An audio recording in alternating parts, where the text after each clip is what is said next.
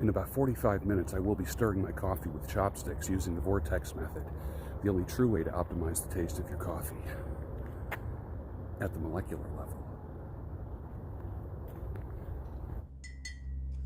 Good morning. Welcome to the Daybreak Show. I am the Sultan. We'll get started, but first, coffee.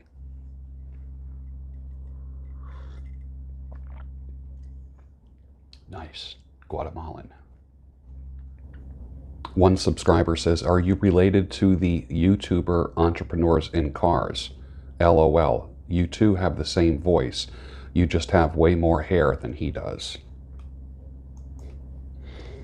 I thought that was funny. Yes, we are related. We are. We are both humans. I love Edgar Allan Poe because he portrays universal human emotions like grief, anger, love, burying your enemy live in your cellar, and being freaked out of your mind by a bird. I don't know who wrote that, but I thought it was funny. For all of you horror fans, which I am one. Horror, sci-fi, fantasy. Yeah. I draw the line when it comes to like Dungeons and Dragons and like that kind of stuff. I never got anything from those kind of role-playing games. Never. Just never, ever had. It just never did anything for me. I liked comic books and novels and short stories. When they went to graphic novels, which was just basically like a compilation of comic books, the colors were vivid, but I still didn't get the feel. I like the feel of a comic book versus the feel of a graphic novel. What do you think? I actually like the feel of a comic book in my hand. You know, comic books changed sizes. For those of you that are comic book aficionados, this right here, this is just a catalog for river cruises. But when comic books changed, something happened to comic books. Can someone explain it to me? What happened to comic books? I had a whole bunch of old ones, a box. I still have a couple boxes of comics somewhere. But I had a bunch of comics, and I remember they disappeared through my divorce. Crazy, right? It's crazy how people will try to even the score. Love that. If her favorite song isn't Child in Time by Deep Purple, then why are you even with her? Question, should I be concerned if my wife wants to use a vibrator? Personally, I don't want a robot body part replacing me. It would be my possession that only I use on her because I am the source of her sexual pleasure. I want her to be addicted to me and go through withdrawal without me. I, as a future married man, will be the source of my wife's sexual pleasure, as she will be the source of my pleasure. That's how it works in marriage.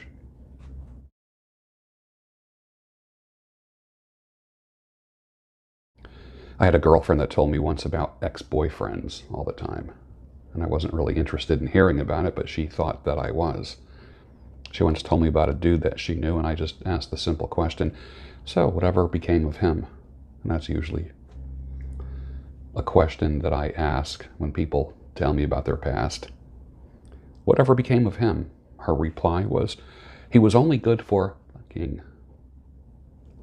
Her exact words. Men, yes, you do want to know the woman's sexual past. Yes, you want to know it. Some people will say, don't do it because it'll haunt you. No, you want to know what you're getting yourself into. I do believe it's important over the period of time that I call the exploration phase that you find out about a person's sexual past. I think it's important for the exact reason that I said. You want to know what you're getting yourself into. And yes, there is a number that's too much. Some people would say to a man, If you are not her first boyfriend and the only man who's ever known her, then she's tainted. And that door does not swing in both directions. Women get tainted more than men because they receive and harbor seed. Men give seed. Huge difference. Big difference. There's no dynamic equivalent. Well, what about men? What if they have partners? And there's always like some like beta chump commenting like that. But what about men? Shut up, dude. Shut up. You're thinking like a woman. And you revealed that in your question. I have observed that the worst man that a woman can date, and this is not to bash guys, because I don't bash people here. I have observed that the worst man a woman could date is a guy who had a shitty, messy divorce and custody battle, or one who is currently going through it. You can support him, ladies. Just don't date him. He's not ready, and you are not ready for the trouble that his ex is going to create for you. You will be drawn into that battle somehow, some way. The relationship will be like this. I warned you. And men, if you're going through that, if you're just going out and having fun, that's one thing.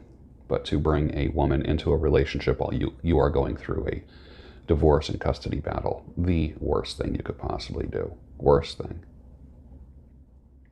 This is how a sultan's woman dressed, and I'm completely not opposed to this.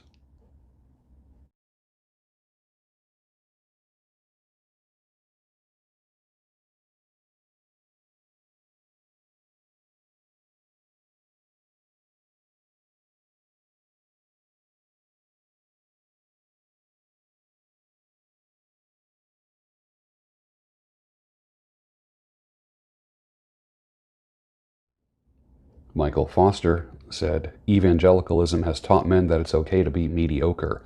Being in shape isn't vanity. Being financially well off isn't avarice. Desiring an active marriage bed is not lust.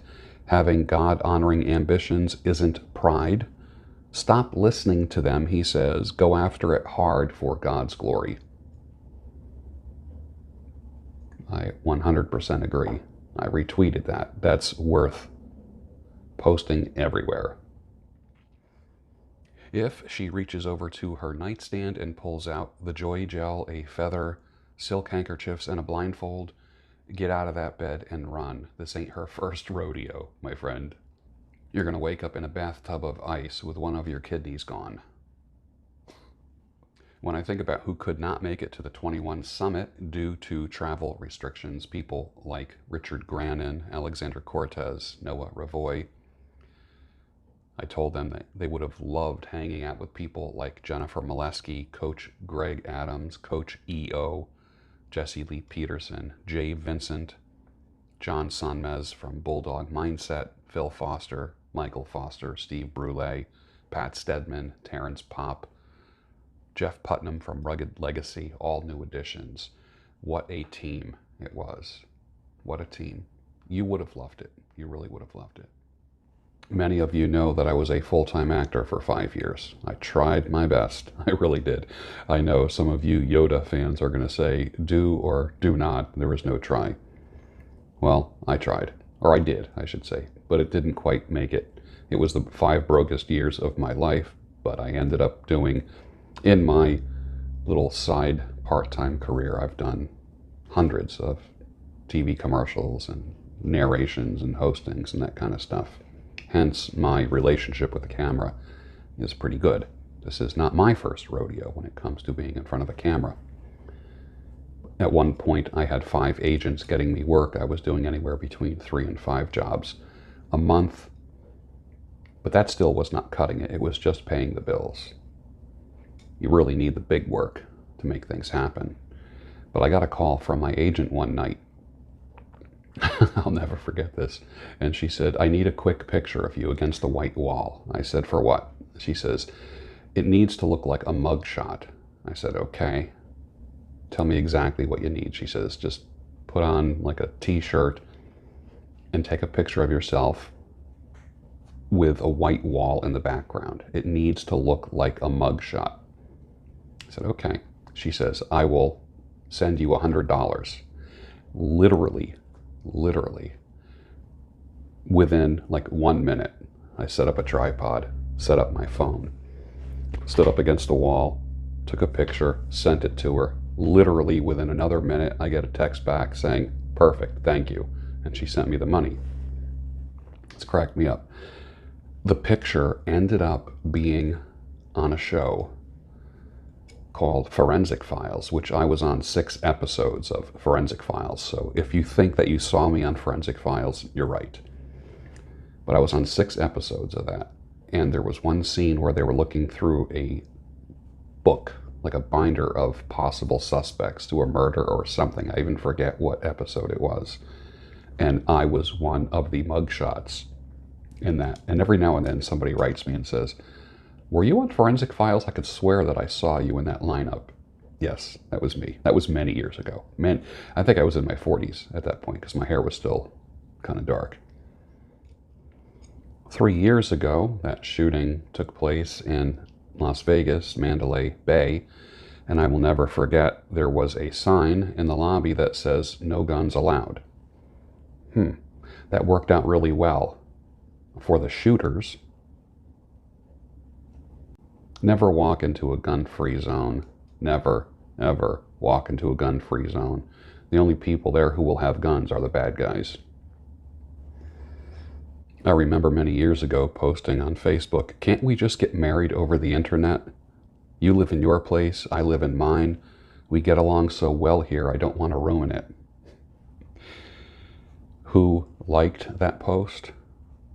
Women. Not a single man liked that post.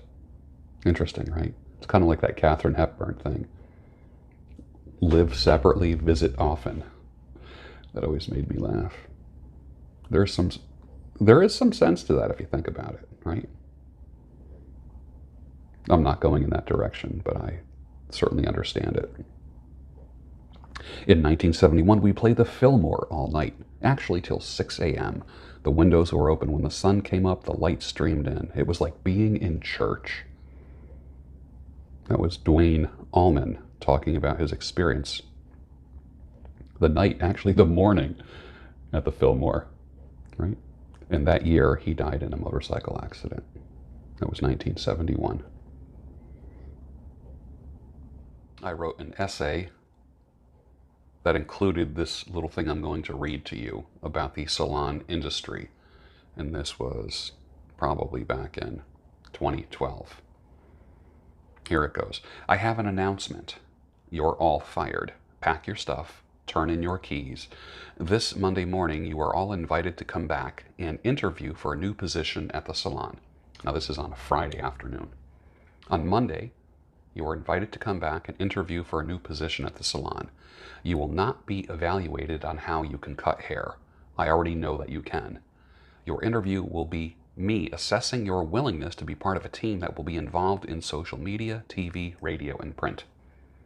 This salon has never lacked in hair talent, but in the ability to get the word out and let the market know we are here. It is everybody's job, not just the job of the manager. Everyone will have their own Facebook, Twitter, and Instagram pages dedicated to hair, skin, and beauty. Everyone will take before and after pics of all their guests for the salon and for your personal portfolio. Everyone will take a media training class on how to talk and act in front of a camera. The salon will be doing videos on a weekly basis, Periscope-based haircuts, flash haircuts at public spots, news spotlights, and everyone will write and contribute to the salon blog on an as-needed basis. Everyone will dress like they're going out on a date with the exception of the most comfortable but attractive shoes you can find. The salon will close early twice a month so everyone can attend networking events and business card exchanges as a group and work the room. Maybe I will see you Monday, and if not, I wish you well. I wrote that back in 2012 as a concept for a salon that's not doing really well, and that would be announced on Friday. That everyone would be re-interviewed for their job. Bold, isn't it? They might end up with some of the same people. They might end up with some new people. But the attitude has to be this, that everyone needs to be marketing and selling in their career. If you're going to be part of a salon team, and this can apply to any barbershop, any aesthetic practice, think about how that could be used somewhere. What I will do is I will put a screenshot of this, and then you take a screenshot of it, and then you kind of adapt it to your industry and see, and then write me. Let me know how you would rewrite this.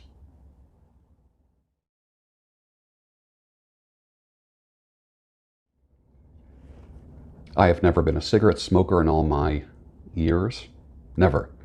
I even grew up with tobacco products of every type, pipes, cigars, and such, around me at all times. As you know, my father was a barber, or is a barber, and cigars were a thing in barbershops.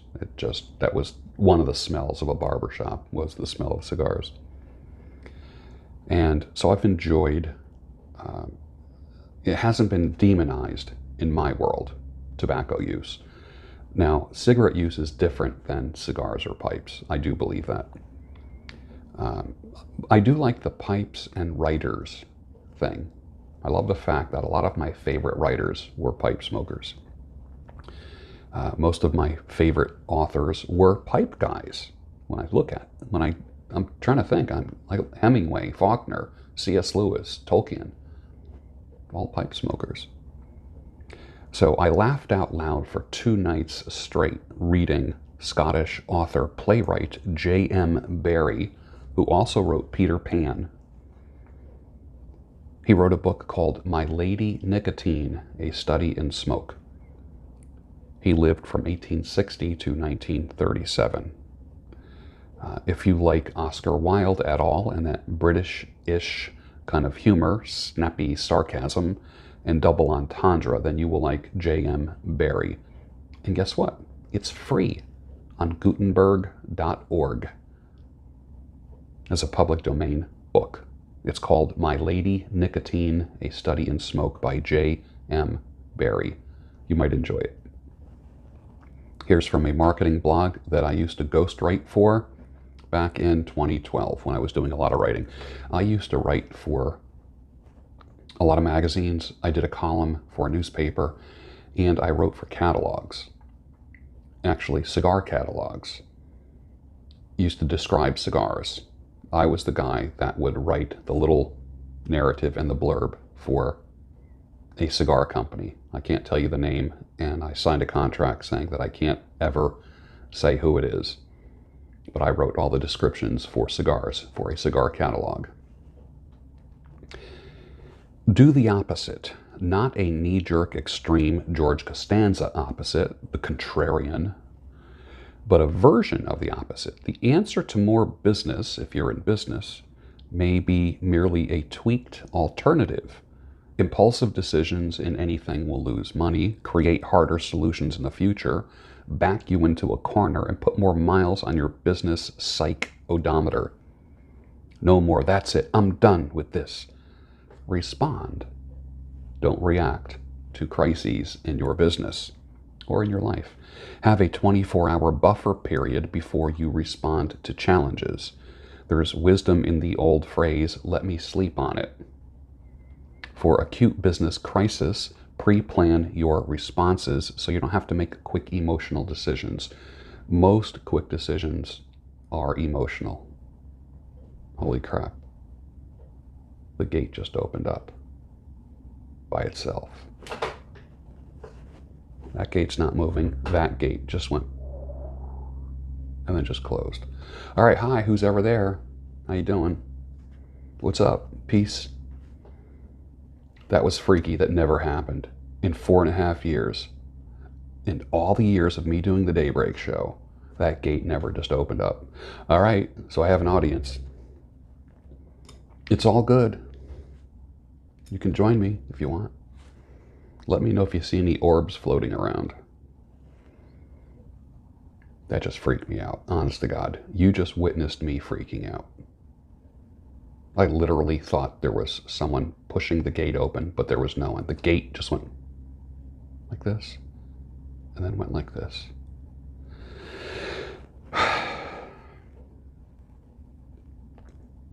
Okay. All right. Have a 24-hour buffer period before you respond to challenges. There is wisdom in the old phrase, let me sleep on it. Pre-plan your responses so you don't have to make quick emotional decisions. Remember, all quick decisions are emotional. You need to stop and think. And if you can give it 24 hours, then do it. It's kind of like an emotional evacuation plan. There are times to be decisive and make strong, solid decisions. And then there's times to slow cook and not overthink it. But don't let the subject suffer from the paralysis of analysis. Maybe even create a visual decision tree flowchart. It visually shows you and spells out, if this, then that. Even though people buy you and your services emotionally, your preparation has to be all intellect, taking their emotions into consideration. Fleshed out. Didn't get a desired response? Don't be impulsive and cut it out. Maybe change a headline. The person in question didn't do what you thought they would do. Don't cut them off. Have 3 more alternatives in your hand to offer. Pre-plan your responses. Super important. This goes for, I would say, the Stoic lifestyle. As the stable Stoic, I've taught you to delay your emotions, not deny them. Pre-plan your responses. There are people who train themselves to die. If that ever happened, I would just die. I don't know how I could go on. If she left me, my life would be over. I don't know what would happen. Let me tell you something. If you said that before your wife leaves you or passes away, guess what's going to happen? You will die. You won't know what to do. So pre-plan your responses. You're going to be fine. You're going to be okay. You need to know that and start practicing that and expressing that. Things are going to be okay. What will you do when you get the phone call that your father or mother died or brother died? What will you do? Will you fall apart? Are you the head of a family? Do you need to stay strong for others? There's a time and place for grief, and there's a time and place to hold your crap together and be strong. When it comes to business, what happens when the water gets shut off? There are businesses. I went to a restaurant yesterday to grab a bite to eat, and it was closed because there was a contaminated water pipe in Norristown, Pennsylvania, and all restaurants had to be closed because of possible contamination, because a water main broke or something like that. These are things that you don't expect. I've worked in salons where power went out. Great. How do you cut hair? What do you do? Water went out. They were doing work on the water for 2 blocks. Or road construction. What do you do? They tore up the street and all your clients have to park 2 blocks away. Think about every possible scenario and how you can respond to it. For men, emotionally, think about this. Your wife lets you know. She sends you a letter. She leaves a Post-it note. She calls you. She has a talk with you and says, I think this marriage is over. What are you going to do? You're going to start flipping out and throwing shit around the house? You're going to smash things? Break windows? Get stupid and violent? What are you going to do? Pre-plan your response. Some people might think that that's inviting negative things, bad things into the relationship. Have a contingency plan for everything in life. Everything. What are you going to do when you get the phone call? I know a guy, true story, one of my clients comes in, he's crying, literally had tears in his eyes. I didn't question it at first. And he looked sad, and I kind of thought maybe something bad happened. He sits in my chair, I put the cape on him, and I said, are you all right? Is everything okay? And he says, I got home from work, and I had a weird feeling when I pulled in the driveway. I opened up the front door to go in the house, and all the furniture was gone. And there was a Post-it note on the wall. The Post-it note said, this marriage is over. I'll be contacting you soon through an attorney. This guy married 27 years with children. Okay? He told me that story. I said, man, when did this happen? He says, 45 minutes ago. And I'm thinking, my God, and you still kept your hair appointment? Wow. So I've encountered men at various stages of crisis in my career, not only as a therapist in my former career, but even in the hair career. So how do you react when crap hits the fan? Pre-plan your responses as much as you possibly can. If you have to literally go through the motions and practice what you will do physically when something happens, then do it. Pre-plan your responses as much as possible. And with that, finish your coffee, and I'll see you tomorrow on the Daybreak Show, your home of sanity, clarity, and reason.